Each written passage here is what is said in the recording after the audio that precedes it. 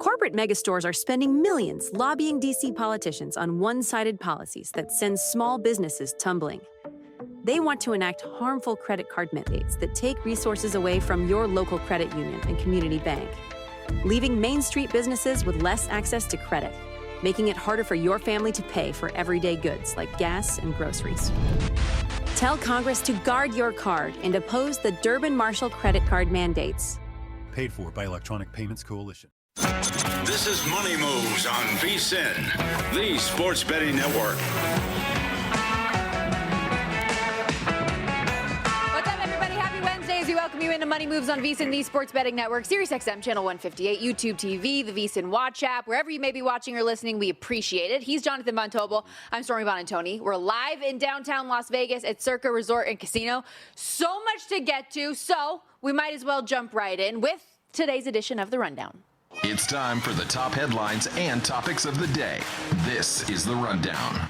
All right, JVT, top items on deck today includes a trio of awesome guests. We're going to kick things off in 30 minutes with Kendall Valenzuela in her usual spot, breaking down all of the fantasy and some potential prop betting angles for this NFL week coming up. We'll also have Carl Banks, two-time Super Bowl champ for the Giants, stop by, also on the Giants radio call week to week. So get his thoughts on Jackson Dart being named QB1 out there in New York. And Taylor Zarzour is also going to join us in hour two, talk through Ryder Cup, as well as a little college football and the NFL. He is the play-by-play guy for the Tennessee Titans, who have a big game coming up this weekend. That should we tell him that you want to take the Texans in Survivor when we get there? Sure, of course. We should also tell our guest Carl Banks that New York stinks. Let's start everything here today. I'm down. I pride myself in holding steady to my beliefs. No, very much excited to talk to everybody here, and obviously the fantasy impact and extending that out to a player prop standpoint. Yeah. Always love our fantasy guests, including Kendall Valenzuela, who has a great guest on Mondays at 8:35 a.m. Pacific time. His name is Jonathan Von Tobel. Mm-hmm. So there you go. That all checks.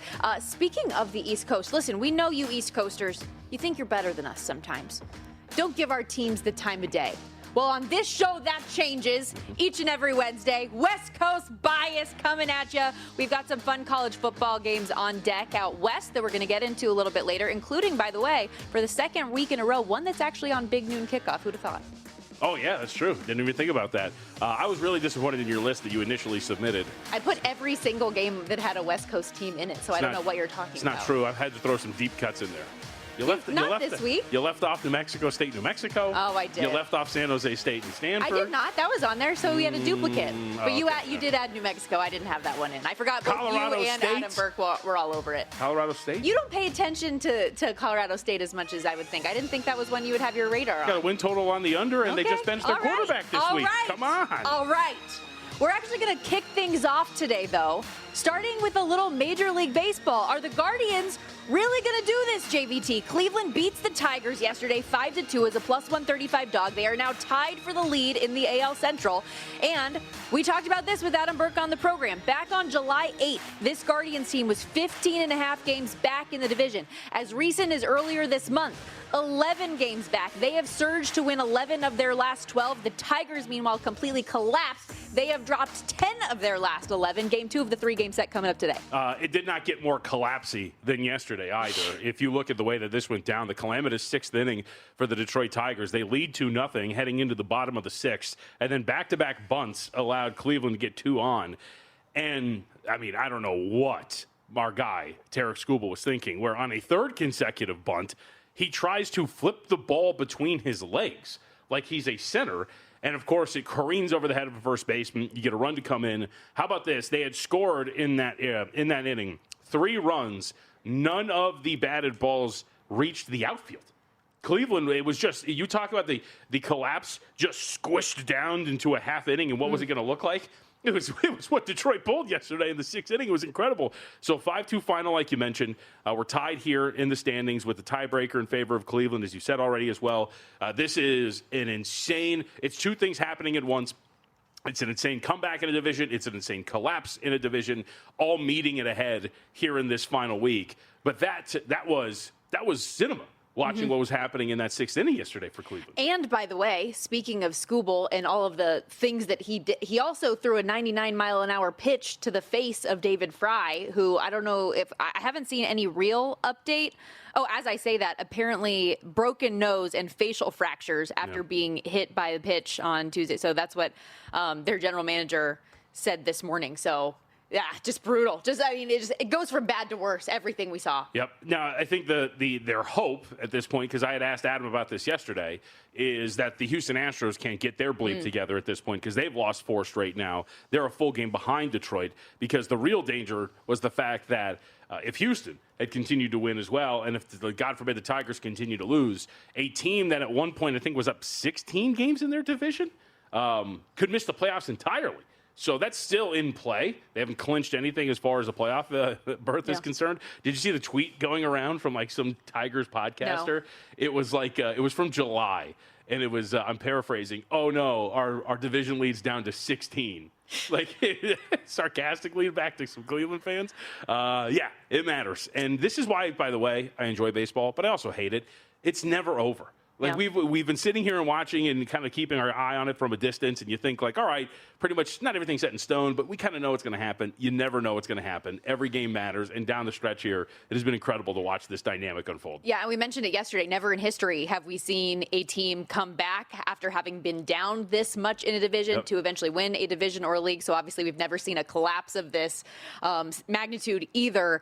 Guardians are minus 185 favorites now on the board to win the division. Tigers plus 145 trying to hold on for dear life, but it is not looking great for them. Game 3 of the set, by the way, does continue today. Jack Flaherty on the hill. Tigers plus 125 dogs. Guardians minus 155 favorites with Tanner Bybee on the hill. Run total 7.5. We did have a couple other teams that clinched postseason spots yesterday. The Mariners celebrate their first postseason clinch in 3 years with a 4-3 comeback win over the Rockies, and the Yankees walked it off and into the postseason themselves. A 2-out walk-off single from Jose Caballero gave New York a 3-2 win over the White Sox and clinched their berth into the playoffs. Don't look now, though.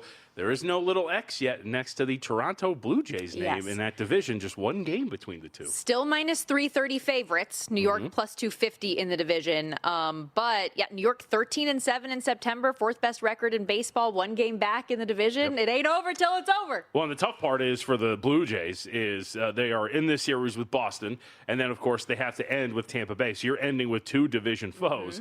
The Yankees, not so much, as you get the White Sox, and you do wrap with the Orioles. But whole point here being is that I bet the Blue Jays were wishing that they could have 3 against the White Sox in their final 6 games to close this thing out. So not over by any stretch. And again, I mean, it's actually the positive thing about baseball season.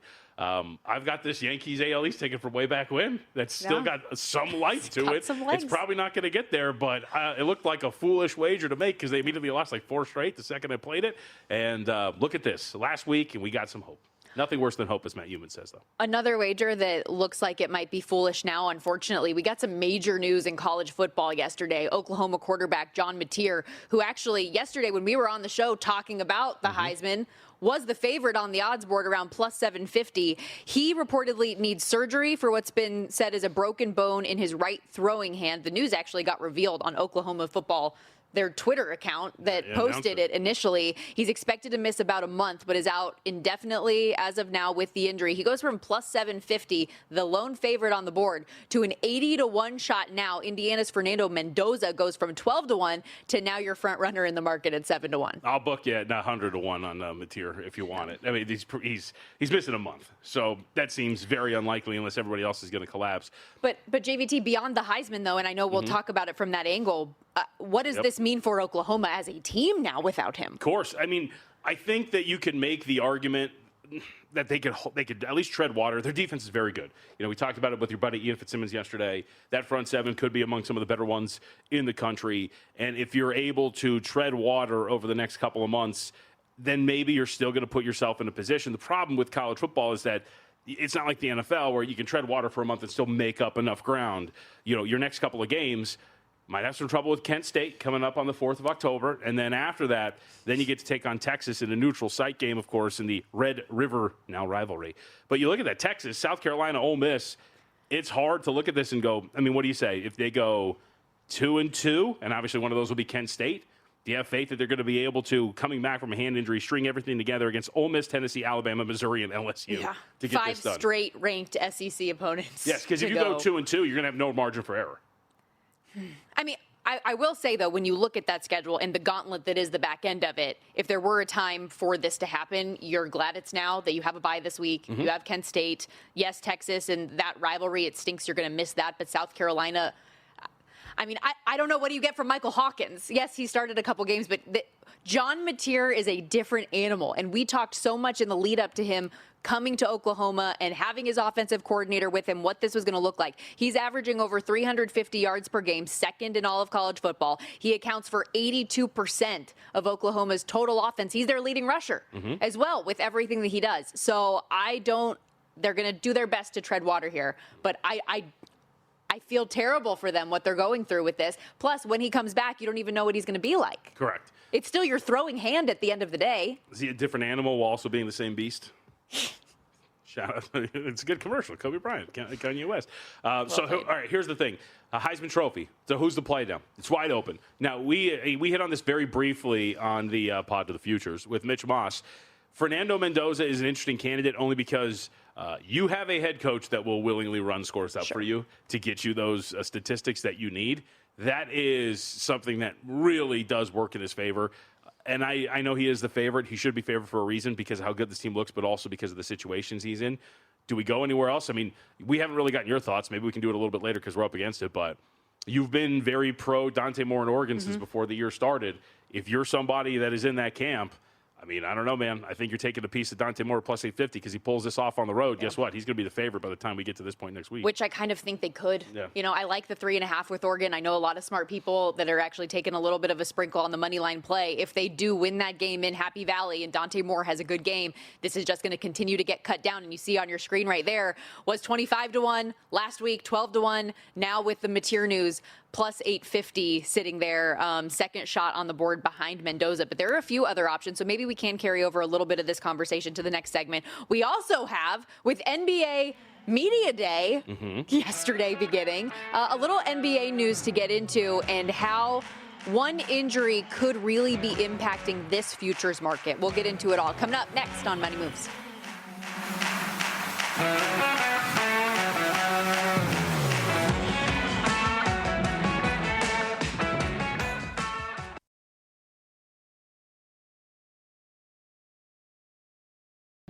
You're watching Money Moves here on VSiN, the sports betting network.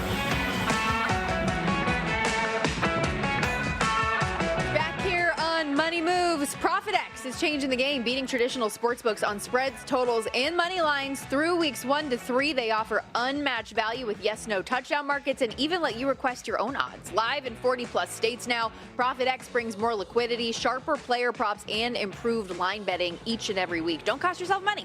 Download ProfitX today. Use the code VSIN. Get up to $200 in profit cash your first month. Again, that's code VSIN for $200 in profit cash that first month. He's Jonathan Von Tobel. I'm Stormy Buonantony. We're live in downtown Las Vegas at Circa Resort and Casino, and did want to carry over for a couple minutes here our conversation last segment about the Heisman Trophy market. Of course, this coming off of the news of Oklahoma quarterback John Mateer needing to have surgery on his right throwing hand, going to be out at least a month. So he goes from the favorite on the board to 80-1. Indiana's Fernando Mendoza is your new favorite. I don't know. My dad thinks I'm too caffeinated this morning, apparently, with the text message I just received. But Mendoza, 7-1. Dante Moore from Oregon, plus 850. Carson Beck of Miami, 12-1. Gunnar Stockton at Georgia, 13-1. And then you've got Joey Aguilar, Jeremiah Smith, and Marcel Reed in the 14 and 15-1 range. I think Jaden Mayava at 16-1, though, is an interesting name that could be worth a look if you think USC can win some games down the stretch, because he'll certainly have the counting stats. Yeah, that is one that I think does stick out when you look at the potential. You know, I know I've been a vocal, critic of Jaden Mayava because, you know, we watched we'll call it the bad version, because this year it seems to be a little different.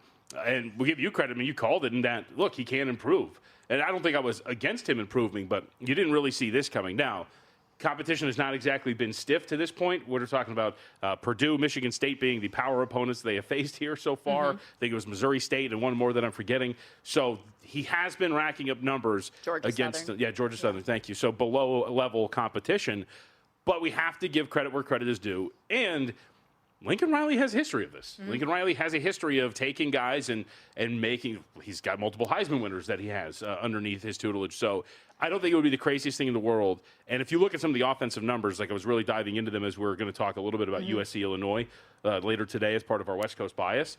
This is one of the best offenses in the country right now through 4 weeks. And if he is the trigger man for it and they win 10 games, absolutely, you were talking about it. And the last point, the brand. He's a USC quarterback. They would love to give it to him. Yeah, we're gonna talk USC a few times because, yes, they do have that big noon kickoff game against USC. I have something in our Why Not Wednesday segment we'll do a little bit later on this hour where we throw some long shot props out there that does involve the Trojans as well. But I heard Matt Leinart the other day talking about how it feels like Lincoln Riley has a quarterback that fits what he wants to do really well right now, because you go from Caleb Williams, who, yes, was so talented and has all of these amazing tools, but he does so much off script that it's hard to really put a plan together that you want. And then you have Miller Moss, who doesn't have those same tools, is much more of a game manager. And now Jaden Mayava, who can do a little bit of both. He does have the mobility, but he can play within structure. So he'll also take chances. So that'll lead you to the bad plays, but it'll lead you to the good ones too. True. Yeah. And the turnover-worthy plays, though, that have been the big bugaboo for him, they did creep up against Purdue, but we haven't seen him in any other game to this point. So could that be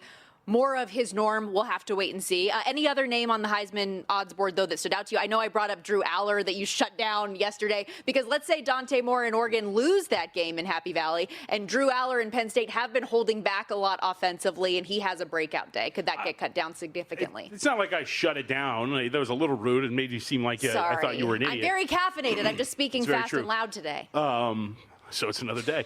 The day that ends in Y. No, I just don't think that we've seen this offense when it's operating at its best when it comes to Penn State. It's just, I don't think, a dynamic enough offense that is going to allow him to put up the numbers that would win a Heisman. Look, if you're talking about starting quarterback for the number one team in the country, then yeah, it checks those boxes. But again, even if, let's say, he throws for like 3,600 yards, 31 touchdowns, and like 3 picks, that's very a Drew Aller-esque stat line. Is that really dynamic enough to go up against a Jade Mayava on a 10-2 USC team who's going to put up some bonker numbers and add some rushing touchdowns at that as well with some rushing yards? I think that is ultimately what holds it back.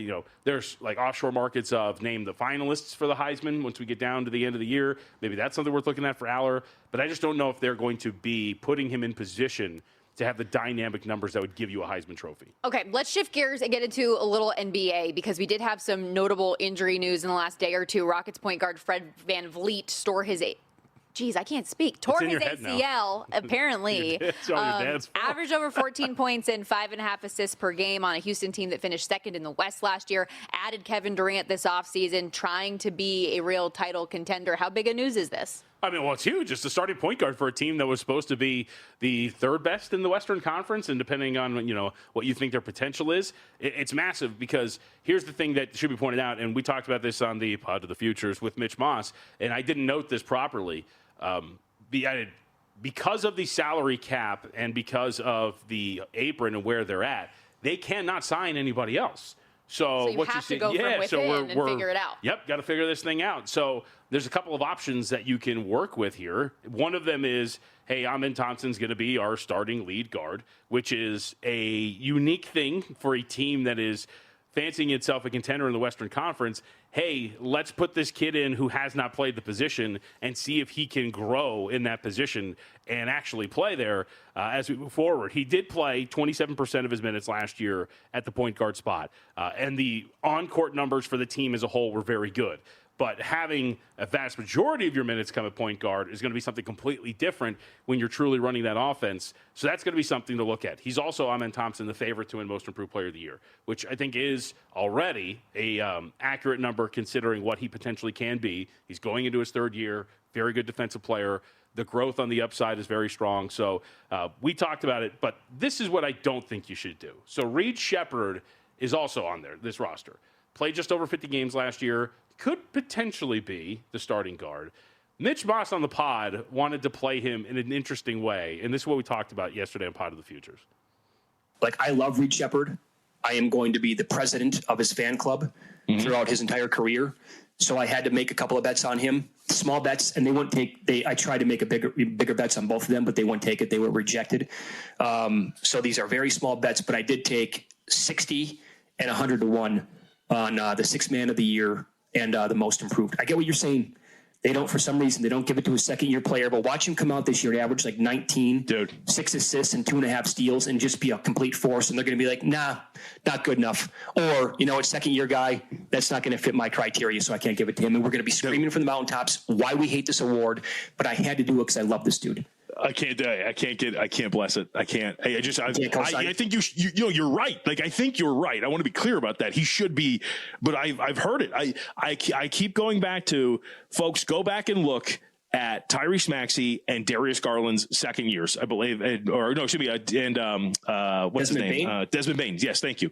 Go look at their second years in the league. Look at the improvement they made from first to second year. They weren't even finalists. So that's a little snippet of what you'll get, by the way, on Pod to the Future. Great conversation you guys are breaking down, but continue to expand on that a little bit because it is interesting. It's media members have been vocal about they will not vote for second-year players for most improved, so you can't do it for Reed Shepherd. You can make an argument maybe for sixth man of the year if he's not going to start and he's going to be asked to play a bigger role. They do need a guard who can shoot a little bit more, so maybe that's the way to look at it. That I'd have to go back and see the history of sixth man of the years going to second-year players, but I like I told Mitch there, you can't do it. You can't convince me it's a thing when media members will vocally say that they will not vote for second-year guys because they're expected to improve, which is an absolutely ridiculous statement. So I think mostly, I know he's a favorite. I know he'd like to talk about, hey, I want like 20-1, 30-1 in a market that is akin to the Comeback Player of the Year award in the NFL, which has had a sliding scale. Did you see that, by the way, this week? Daniel Jones is like the second shot at 3-1. Don't get me started. So the sliding scale, though, right, of the Comeback Player of the Year, which is, what is a Comeback Player of the Year? Is it just a comeback from injury award? Is it guys coming back from having downturns in their careers? We've gotten some clarity on that in recent years. Most improved has been pretty much all over the place. John Morant won it 1 year. It's absolutely ridiculous. So don't think you can do that, but I think you can do it with Ahmed Thompson. I think you can make a strong case. If they roll with him as the starting lead guard, he's going to start. But as the lead guard with the ball in his hands, if more of his minutes come at the point guard position, if he thrives in the position, I think there's going to be a really good shot that he could win the award. And obviously he's a favorite to do so. There was another NBA topic that really caught your eye. Did you add it? Do we have the image or no? I know I put it in the rundown. Oh, we don't have the picture. It doesn't do it justice. Go to the New Orleans Pelicans Twitter page, and you will see a very trimmed down Zion Williamson. It's different, though. Zion's shown up very chubby, and he has shown up skinny-ish, or skinnier than he was the year before. This is truly skinny Zion. You saw the pictures. What do you think?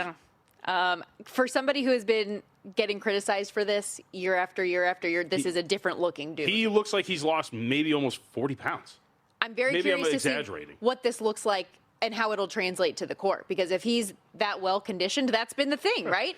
I mean, well, it's like the conditioning. It's maybe the overweight nature leading to the soft tissue injuries that he's constantly dealing with. So maybe. And if he could jump to the roof at his previous size, imagine verticality when he's like 20, 30 pounds lighter. I wonder if he's cut off some of these relationship things that have maybe added to other elements of his life. Great question to ask, correct. I think. Okay, we got to step aside real quickly.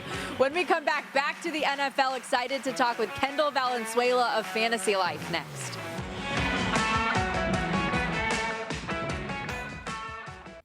You're watching Money Moves here on VSiN, the Sports Betting Network.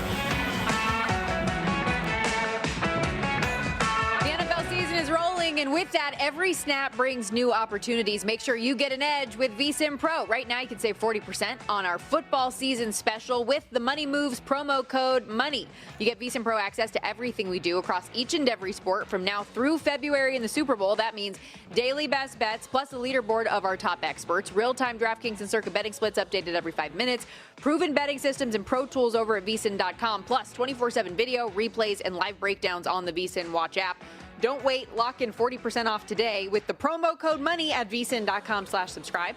That's vsin.com/subscribe. Stormy Buonantony, Jonathan Von Tobel with you back here on Money Moves. And time to dive into a little more NFL talk here. Excited to have Kendall Valenzuela with us in her usual Wednesday spot here on the Progressive Guest Line. Fantasy Life, Fantasy Football Analyst, SiriusXM Fantasy Channel 87. And Kendall, I feel like week after week we're welcoming you in with just another slew of injuries. So hello, and we've got more today. I promise, I didn't think it was going to be this bad. And I think we say that every year, but this year feels worse, and it just keeps getting worse and worse. Like, if you picked up a backup quarterback last week, you might not have had the best time. If you had, a Jake Browning, I don't know. And then, we've got huge, injuries to Najee Harris, unfortunately, James Conner. So we're just trying to get through it. You can get through it as well, going to the waiver wire. But, it's a little bleak out there. All right, well, let's start in Arizona then. So what do we do? And they're obviously taking on your Seahawks this Thursday. That's coming up tomorrow. Yeah. So is there any quick pickups we have? How does this backfield shake up?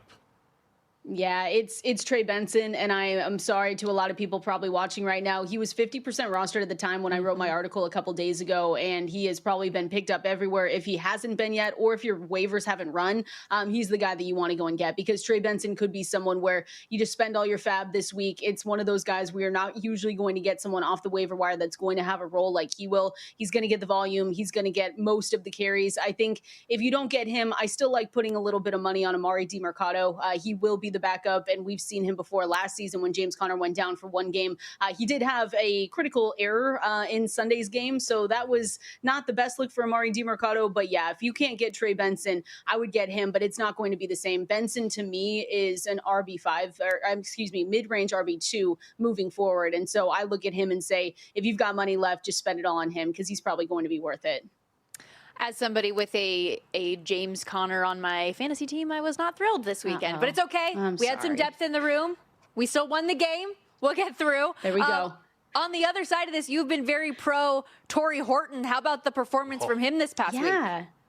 Oh my gosh. First of all, as a Seahawks fan, I love Torrey Horton. So you guys all have to know, I'm a bit biased, but his, it was what was the stat? The first touchdown return for the Seahawks, since 2010 or something like that. It was crazy. So I like Torrey Horton for the potential that he has. I think if you go and pick him up, he is not someone that you can necessarily start right away. I think he has a lot of upside, though. He was available when I wrote this 98% of leagues. And so I think when you look at him, he had season highs in routes at 76% and targets at 22%. You get 12.2 fantasy points, and he's someone that's on the up and up, kind of like how we talked about Alec Iomanner just last week, a couple weeks ago. I do think Torrey Horton has the potential. Sam Darnold's playing really well, so I think he upgrades more to, I'd say high-end wide receiver 5. If you want to go even further than that, low-end wide receiver 4. Again, you shouldn't be starting him. We've got bye weeks coming up starting in week 5, though, so you have to really be paying attention. Go to the waiver wire this week with the intention that you are also picking up someone that's going to be gone for you in week 5, and I think Torrey Horton could be that guy that can fill in. What about Tampa Bay? Because not only do we have the injury to Mike Evans, but we are also getting closer potentially to Chris Godwin coming back, so you have to deal with that and navigate it. So how do you handle it? Yeah, I'm hoping Mike Evans, you kind of knew, guys, when you were watching that game and he went to the locker room, he was throwing his helmet around, and he's dealt with hamstring injuries throughout his career. So now he's another year older. You kind of know that he's going to be sidelined for, I think the timeline is at least minimum 2 games. I've seen 3 to 4 potentially for him. So it's a Meke Egbuka season. If you're in a Meke Egbuka manager, you're slotting him in everywhere. Chris Godwin, I would be careful. I'm working on my rankings right now going into week 4, and I don't think he's necessarily a must start. If you see him out there, we've seen that he's going to be able to practice and they should have him back. They're going to need him. That's the thing. But he is still coming off a really bad injury, and I think the ramp up to get back to 100% is going to take a couple of games. Could he give you some fantasy points? Yes, but I think you need to take back some expectations that he's going to be in your lineups locked in going to week 4. If you need someone in deeper formats, I've said Sterling Shepard, and this is where it gets gross. If you're missing a CeeDee Lamb and a Mike Evans and it's just all been bad for you, you can go out and get Sterling Shepard. But I do think, that he has the route participation, he has the targets that could lead to some fantasy production, especially if Chris Godwin's not going to be 100%, which we don't expect him to be. He could kind of be a sleeper going into week 4. This is really killing me right now, guys, because I had Connor. I had Mike Evans. I have Terry McLaurin. I have Juwan Jennings. Oh, no. We're hurt. Sorry, I don't know. Oh, my God. You're listing off your fantasy team? I'm just looking at this right now, and it'd be slim pickings out here. So this segment, do you just ask her questions about your fantasy team? I think they're very relevant. Listen, very relevant to others out there. I get it. Let's shift gears, though, from injuries to a change at quarterback that is due to performance. We have Jackson Dart stepping in this week instead of Russell Wilson. Is he someone you think should be for consideration for those that might need a guide this week or coming up? Yeah, I think super flex formats, I think he was probably already taken, but if he wasn't, definitely pick him up. I think I've been saying throughout the past couple of months that maybe Jackson Dart could be a waiver wire hero. I'm not going to go that far going into this week because their schedule is just absolutely brutal. So these next two games are actually on the easier side for them and easier, I say lightly when you talk about the Chargers, and then they go and play the New Orleans Saints. I've kept all my rankings have kind of been the same. Like Malik Neighbors, I still think is a mid-tier wide receiver 1. You look at Wan'Dale Robinson, maybe a low-end wide receiver 3 going into the week. And then Jackson Dart, I wouldn't be starting him this week unless, again, you're in a super flex format. But we've got our projections live at fantasylife.com. We've got him projected for just a hair over 201 passing yards. And then the rushing upside that he brings is going to be something that's good for fantasy, though, guys. We've got him projected for 25.6 rushing yards on the ground. So he's one of those guys that I think it's going to be up and down performances. Hopefully he sparks new life into this team, but starting him this week, I probably wouldn't, again, unless you're pretty desperate, which in some formats, I am definitely desperate in my super flex teams because it's bad. What about just on this team as well? Cam Scatta. Boo. Thank you. We've seen the snaps. Yes, we've seen the snaps go up and everything. So what do you think his workload looks like moving forward? Is he going to be like the dude? Yeah, I think he's going to be the guy. He was someone, again, forks up. You guys know I'm a little bit biased here, so I have to tell everyone that I'm biased. I went to Arizona State. I loved Cam Scatterbo coming out because he's the running back that's going to get goal line work, and he's a pass-catching running back. So you've got this dual threat in a guy, and now you don't have Tyrone Tracy for a couple of weeks. I tried to get Cam Scatterbo everywhere I could this offseason because there was this potential that I thought he was just going to take over the backfield on his own. Now you have an injury, which we never want, but it's next man up mentality. So you look at his, like, he's just taken on the moment. He got you 24.1 fantasy points. You see him with 70% of the snaps. I mean, it's just going to continue. I think that they're going to check down too with Jackson Dart, and they're now going to do a little check down to Cam Scatterbo as well. So he's going to keep getting the pass catching work. He's going to be still in the goal line opportunities. So I think, again, he's an RB2 as well, like low end RB2. I've got him ranked really high going into this weekend. Love him. Yep. The dude's just a bowling ball. It's crazy how he just wrecks through. Kendall Valenzuela, Fantasy Life, joining us here. She's got an article up at fantasylife.com talking through all of these different waiver wire potential options. I am curious, looking ahead to this week, how much have you dug into any matchups and just players or guys you think could have a good advantage this week? Yeah, I just always pick on anyone going up against the Cowboys. So I think that if you're looking at that game, sorry, Dak Prescott fans, I'm really sorry. But if you're looking at that game, I'm upgrading everyone else for Green Bay. I think Matthew Golden right now to me is actually someone that you can look at and comfortably start. I say comfortably with maybe comfortably, but I think he's a wide receiver 4. We saw him get more work, and that's because Jaden Reed went down with his injury. But again, he got an 84% route participation rate, 16% of the targets, which again, not super sexy when we're talking about Green Bay, but we know that they like to, throw the ball to everyone else besides the guys on your fantasy team. So I think when you pick on that game, I really do like Matthew Golden going into this weekend. Kendall, you're awesome. You have something else? You're good. Appreciate your time as always. Thank you for this. We'll talk to you next week. Of course.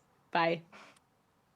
I had a really smart question. What were you going to say? Nothing. Now I need to know. I was just going to ask another question. You're going to hate to hear me say? I also have Matthew Golden on my team. What are we doing? I've got a lot going on right now. She will be happy to know, though, when we come up in the next segment, because we're going to get into Why Not Wednesday in a moment, that one of her teams that she loves, I have some support on in Why Not Wednesday today. Did you even add anything, by the way, to that? I was looking in the rundown, and I've got 4, and you have nothing again. No. I was too busy piecing together an entire segment and pulling clips for our show. About Fred VanVleet? And Mike Florio, yeah. Well, okay, that's a tease. Can you explain that a little bit, maybe? Mike Florio said some stupid stuff about sports betting again. We'll discuss. That's pretty much it. Like, right, exactly. Much like you being manic and weird and talking fast. Also, you just responded and said exactly to something that our producer said that no one could hear on the radio. So he said it's a day that ends in Y. That's what the exactly was in reference to. Mm-hmm. So again, I'm not the only one that's crazy. We have voices in our heads. What are you supposed to do? Okay, we got to step aside. When we come back, Why Not Wednesday coming up. Maybe Jonathan Von Tobel will give us something to fire on, or are you just gonna refute everything that I want to suggest? That's it. Fair. And I say, why not, right? On Money Moves, VSiN, the Sports Betting Network.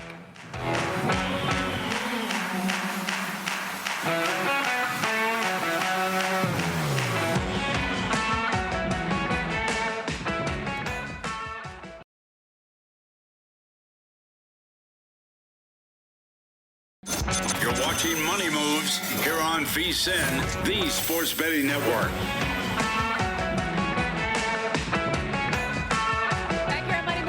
The Sports Betting Network, and as the official horse racing partner of VSiN, First Bet is built for bettors who demand more. First Bet isn't just about placing a bet, it's about helping bettors of all levels with proprietary AI handicapping tools that provide data-driven insights to help you make more informed bets on a daily basis. First Bet's in-app tools give you win plays or show probabilities, and for each runner, you can quickly and easily identify good value plays and improve that ROI. Right now, you can also take advantage of their limited time $250 sign-up offer to claim your bonus. Use our promo code VSIN250. That's VSIN250 when you sign up in the First Bet app or at firstbet.com. That's the number one, stbet.com. Promo code VSIN250.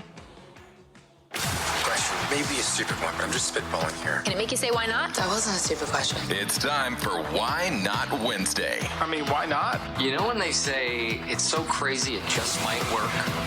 All right, let's get into it. Happy Wednesday, everybody. Time for another edition of Why Not Wednesday. JVT and I are looking at a handful of different long shot or plus money props that see if it could make us want to say, why not? One of which I mentioned last segment with Kendall Valenzuela. She is a Seattle Seahawks fan that I had something involving a team that she likes. And I am curious your opinion on this Why Not Wednesday. If you could say why not to a 6-1 price on the Seattle Seahawks to win the NFC West, what do you think? What's the reasoning? Well, since you love the PFF grades for quarterbacks so much, who's at the bottom again? Two things to respond to there. Every chart that I have sent to our group chat, which you both refuse to read, are actually charts that are tied to expected points added per dropback with PFF grades, as well as some other metrics, so thank you very much. And two, he's 36. Okay. Just wanted to, just it's Bo Nix, by the way, who out that of is. 36. You know who's won?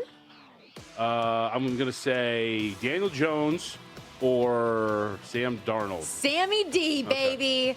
The number one top-rated quarterback in the NFL through 3 weeks. He and JSN have been dialed. The 11.5 yards per attempt, by the way, between the two is the best quarterback-to-receiver duo that we have seen to start the season. Torrey Horton, who we talked about, has really stood out, not only in the receiving game, but the special teams game with the big return touchdown.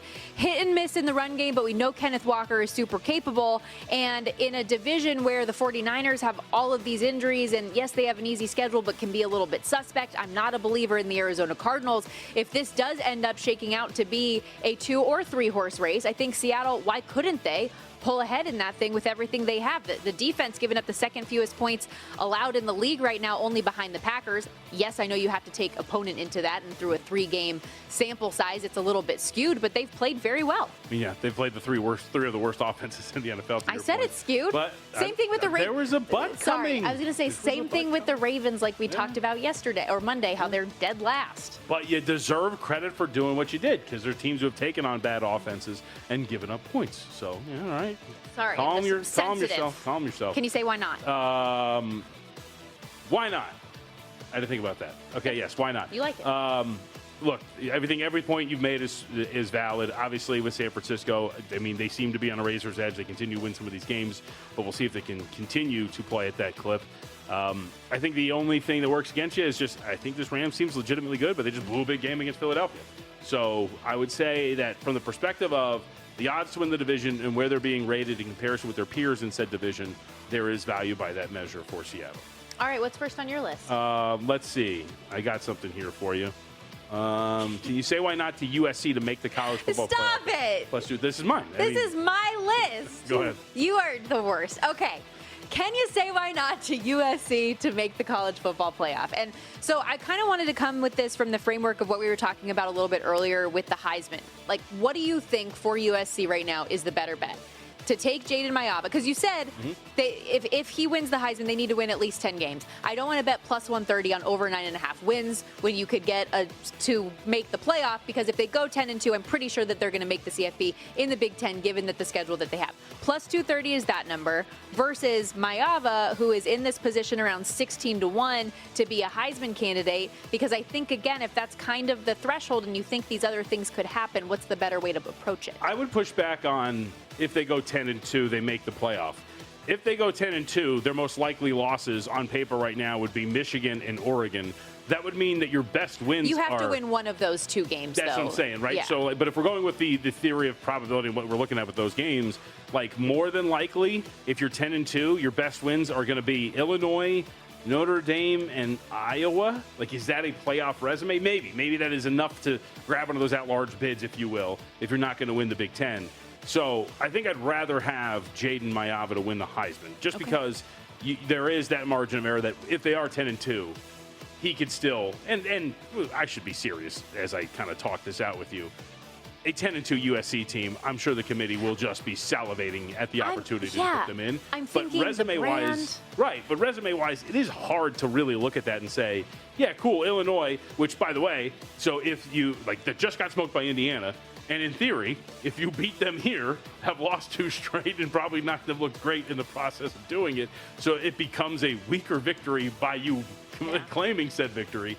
And then the rest of that. So, look, I, in general, would think, and by the way, the Notre Dame game doesn't really look that daunting anymore either. Notre Dame doesn't even look that challenging. Tim Murray, our own Take the over in that game, by the way. I mean, that looks insane in terms of the defensive metrics. And check out Tim Murray's college football betting podcast, where there's a lot on Notre Dame. But I think I'd rather have Mayava. I still think that he's a little wonky there, but if you judge their opponents by opposing defenses, there's maybe 3 big ones. It's Michigan, it's Oregon, and Iowa's played well, but not to the same level they've been in years past. So I think I'd rather have Mayava. I think this USC offense is legit. And I know we'll talk about it more because we will do an in-depth preview of that USC-Illinois game coming up in hour 2. How about this one? So I mentioned to you already. All right, this one I'm out. I like Cal plus 6.5 this week, but can you say why not to a money line plus 195 play at Boston College? I can't. After last week, so usually I don't like to bother you on game days because you're busy on a Saturday. I texted you. Yes, I was going to say, you reached out to me. It's like, wow, this is 14. And then I get a text late at night. What the hell? And it was just the screenshot of the score bug between San Diego State and Cal. So obviously I didn't get to watch the game because I was busy and our games were on simultaneously. But I went back through and did. Wow, you're crushing film this week, huh? Yes. I watched the entire freaking Panthers-Falcons game. So anyway, all of this to say, I kind of view Cal in a similar way that you were talking yesterday about the Atlanta Falcons, in that the loss that they had to the Panthers to you was more self-inflicted wounds and bad quarterback play and yada, yada, yada. I see that for Cal, but I don't really think that that's who they are. And I was going through, for anyone who missed it, they were blown out 34-0. It was just errors all over the place, more in my opinion than what San Diego State actually did to them. And SDSU does have a pretty good defense. I'll give that to them. But it's kind of like, too, what you said watching the Patriots-Steelers game, how the Patriots just kept choking up the ball. That's what we saw repeatedly. Cal had 5 turnovers in the game, 2 defensive second-half touchdowns that were run back. JKS, this awesome true freshman, looked like a true freshman for the first time, really. But Cal's wide receivers also had a bunch of blatant drops. They only came down 2 contested catches in the game. Other than Tron Grizel, nobody did anything to help him out. Boston College is at home. They're coming out of a bye, and Cal does have cross-country travel. So I know that's why you and everybody else is going to think I'm freaking insane for this. Their secondary has major holes, which could be an opportunity for some of those Cal wide receivers to make a contested catch. 2 injured corners, one that's already been taken off the depth chart, a linebacker and an offensive tackle. Offensively, they've had a fumble problem themselves, 3 or 4 in the last 3 games. And defensively, Cal's defense is a unit that I still have full faith in. Stingy with chunk plays in the game. SDSU didn't have a handoff run play more than 11 yards. They had the 180-yard touchdown pass that the DB actually did a good job on the play. He just lost the ball when it came down there. So that 80-yard touchdown was like 25% of SDSU's total offense for the game and 35% of their offensive scoring on one play. I think Cal is significantly better than they showed here, and I think that they can use this week to kind of rebound and reset and cover a number. Nah. I tried. I'll say this. Look. I feel like I made a fair argument. No, you did. It was a very strong argument. When you invoke the comp to the Falcons, remember, though, that my then spinning that forward was not, I'm going to bet the Falcons next week. It was, maybe I'm just not really buying into the result for the Panthers as they go to take on New England next week. That was the whole point. I mean, we'll talk about San Diego State taking on Northern Illinois coming up. Mm-hmm. That, to me, is the angle in a game like that to spin forward. It's not so much, hey, let's bet on the team that lost the game. It's, let's not buy too much of the team that won the game. You don't think this is a bit of an overreaction? Because if they had a different performance against SDSU, I think they could be like favored or pick them in this game. Sure, but my problem, I don't know. I mean, you're right. A lot of college lines are fickle. That's a very big swing, though, to go from 6.5 to a favorite on the road against Boston College. Because they got blown out and embarrassed the way they did. But I would just say, in college games like this, I do think that cross-country travel is much more daunting and weighs more on a team than anything else we talk about with these guys flying in these massive, wonderful jets in the National Football League. Also, I don't know if you want to do this today. Maybe we do it for tomorrow. But I did go back and watch that entire Panthers-Falcons game. I know you did. And I have some opinions. So we can get into that at some point. Okay, we have to step aside. Resetting for hour 2 of the program. Coming up next, really excited. Carl Banks is going to join the program. Former Giant, 2-time Super Bowl champ. Get his thought on what's to come this week for Jackson Dart & Company.